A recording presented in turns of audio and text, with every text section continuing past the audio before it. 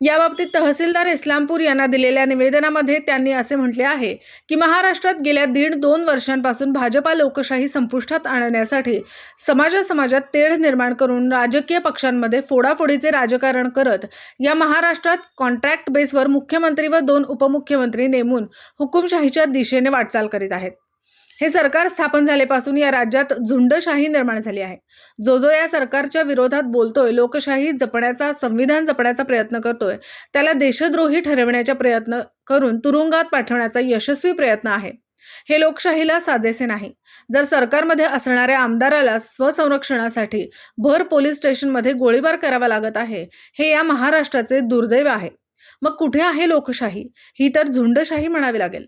यांच्या राज्यात महाराष्ट्रातील अनेक नामवंत गुंडांना, ज्यांचेवर बलात्कार, खून, दरोडे, चोऱ्यांसारखे भयंकर आरोप असणाऱ्यांना तुरुंगातून बाहेर काढण्यात येत आहे। पोलीस प्रशासन हतबल आहे।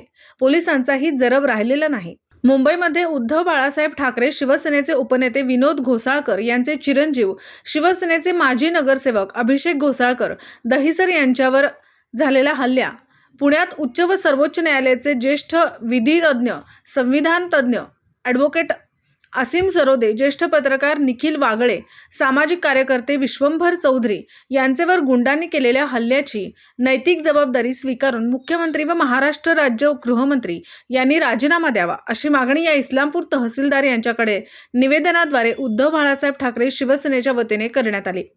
या भावना महाराष्ट्र राज्याचे राज्यपाल यांच्याकडे पर्यंत पोहोचवण्याची मागणी शिवसेना उद्धव बाळासाहेब ठाकरे पक्षाचे उपजिल्हा प्रमुख आणि इस्लामपूरचे माजी नगरसेवक श्री शकील आदम सय्यद यांनी केली आहे।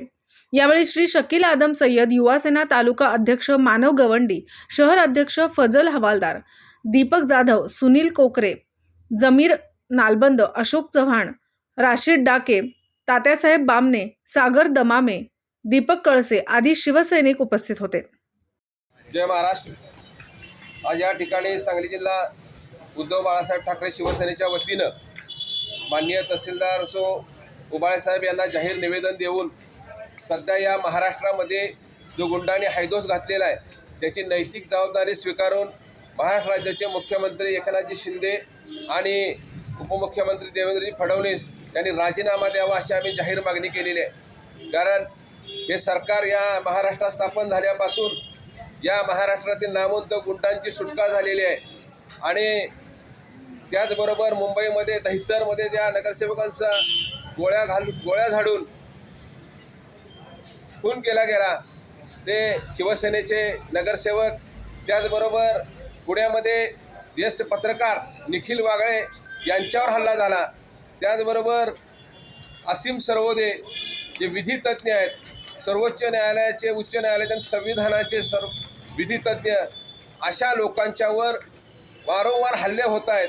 या सगळ्या जबाबदार हे सरकार आहे, याची नैतिक जबाबदारी त्यांनी स्वीकारावी आणि राजीनामा द्यावा अशी या ठिकाणी आम्ही मागणी केलेली आहे। आणि याची प्रत महाराष्ट्राचे राज्यपाल रमेशजी बैस साहेब यांना, त्याचबरोबर जिल्हाधिकाऱ्यांनाही आम्ही याची प्रत पाठवलेली आहे। याची त्यांनी दखल घ्यावी अशी या ठिकाणी मी या आपल्या चॅनलच्या माध्यमातून विनंती करतो आणि या ठिकाणी रजा घेतो। जय हिंद, जय महाराष्ट्र।